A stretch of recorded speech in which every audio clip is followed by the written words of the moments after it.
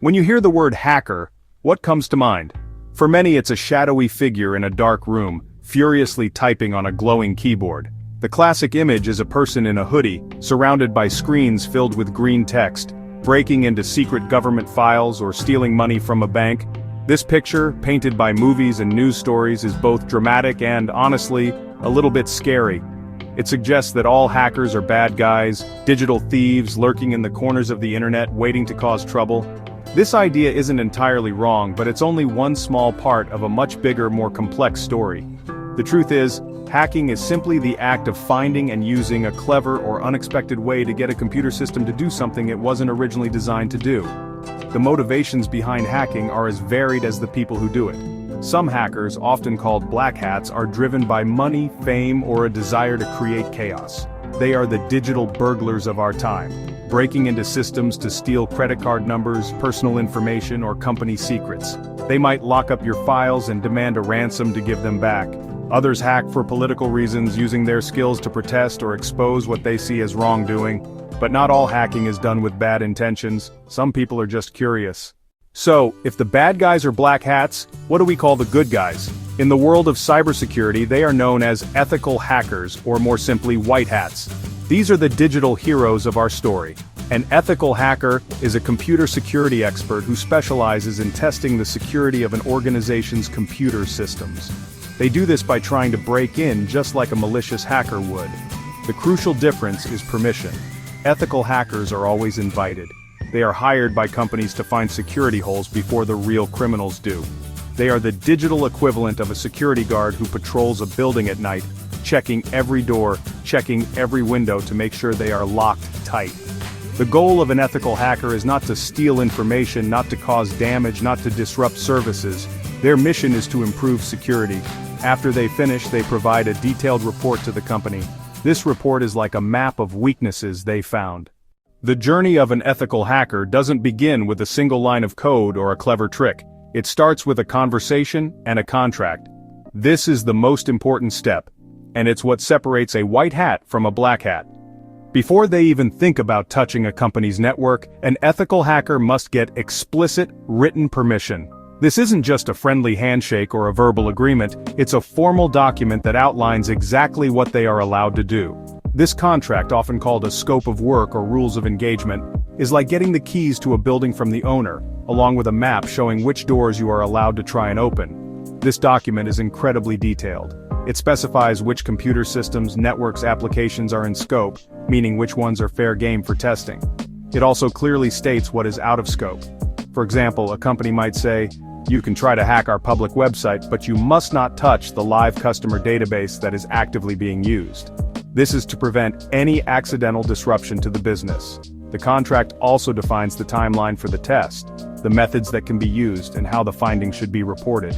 It's a legal safety net for both the hacker and the company, ensuring everyone is on the same page and that the hacker's activities are fully authorized and legal. With permission secured, the ethical hacker's real work begins. The first phase is often the quietest and most important. It's called reconnaissance, gathering information. Before launching any attack, the hacker must learn as much as possible. Like a detective gathering clues before solving a case. They don't rush in, they stand back and observe, collecting every piece of information they can find. Build a detailed map of the target's digital landscape, identify potential entry points and weak spots. Information gathering can be done two ways: passive. Passive reconnaissance is like spying from a distance. Browse the company's website. Look at employee profiles on LinkedIn. Read news articles and press releases. Search public records for server types and software. Fun fact, check web page source code, or inspect photo metadata for EXIF clues. Active reconnaissance is more direct, like knocking on a door. Use gentle tools to probe systems without attacking. Scan the network to see connected computers and services. Scan reveals a web server, an email server, a file server. Identify and prioritize targets by risk and interest. Piece clues together into a comprehensive security picture. Armed with a wealth of information from the reconnaissance phase, the ethical hacker moves on to the next step: scanning and enumeration. If reconnaissance was about looking at the building from across the street, this phase is like walking up to it and examining the doors, windows, locks up close. The hacker uses automated tools to systematically probe the target's network and systems for potential vulnerabilities. It's like having a set of digital keys and trying each one on every lock to see if any of them fit. The scanning process often involves using port scanners. In the digital world, a port is like a numbered door on a server that allows different types of network traffic to pass through. For example, web traffic usually uses port 80 or 443, and email might use port 25. A port scanner will check which of these doors are open on a server. An open port means a service is running and listening for connections, which could be a potential entry point for an attacker. After identifying open ports, the hacker moves on to vulnerability scanning. Tools check services on those ports for known weaknesses. A vulnerability is a bug or a design flaw in software that can be exploited by an attacker to make the system do something it shouldn't. Vulnerability scanners have a huge database of these known flaws. They test systems against this database and produce a report, often ranking findings by severity.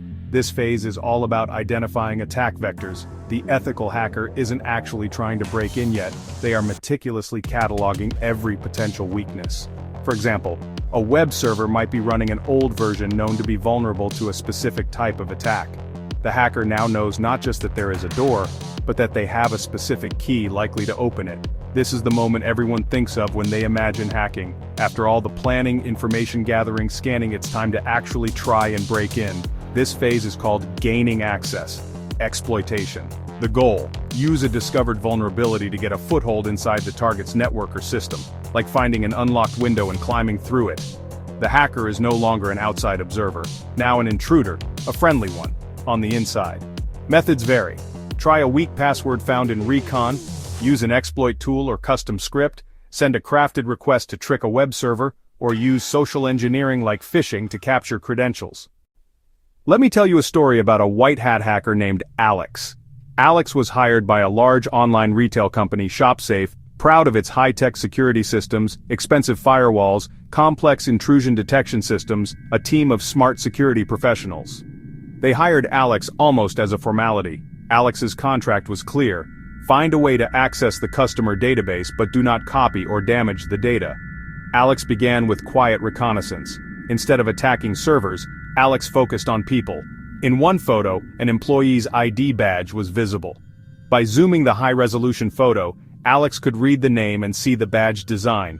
Using that info, Alex planned a social engineering attack. Alex created a fake IT support email. "Congratulations on being our security star of the week. Click here to claim your prize." The link led to a fake login page mirroring the portal. The excited employee entered their username and password. With those credentials, Alex now had a key. Logging in, Alex explored inside, found a code snippet on an internal forum containing test credentials, accessed a test server, and discovered a misconfigured connection to the main database. Alex was in. In today's world, almost every part of our lives is connected to the internet. We do our banking online, we shop from our phones, we store our family photos in the cloud, our cars are getting smarter every day. This digital transformation brings convenience and a vast new landscape of risks. A flaw in your smart home device could let someone watch you. A breach at a store could expose your credit card. The stakes are high, not just for big companies but for everyone. This is why ethical hackers are so critically important. They proactively search for dangerous flaws before they can be exploited. They act as our digital bodyguards. When a bank hires an ethical hacker, they're protecting your money too. When a platform pays a researcher for a bug, they're keeping your messages safe. Their work happens behind the scenes. We rarely hear about the disasters they prevent. Think of building codes and food safety inspections. Ethical hackers provide a similar function for our digital world. Without them, companies learn after a major breach. The data is stolen, the money is gone, the trust is broken. Their work makes the internet safer for all of us. In the end, understanding ethical hacking is not about learning how to break into things. It's about building strong, secure systems. Ethical hackers are not mysterious villains. They are problem solvers and security auditors, essential defenders. They operate with a strict code of ethics and act only with full permission, using their skills for good. The locksmiths, not the burglars. The process is methodical. It starts with permission, then careful reconnaissance, then scanning, then controlled exploitation. Security is layered and involves technology, processes, and most importantly, people. Ethical hackers help build a culture of awareness, not just a stronger firewall.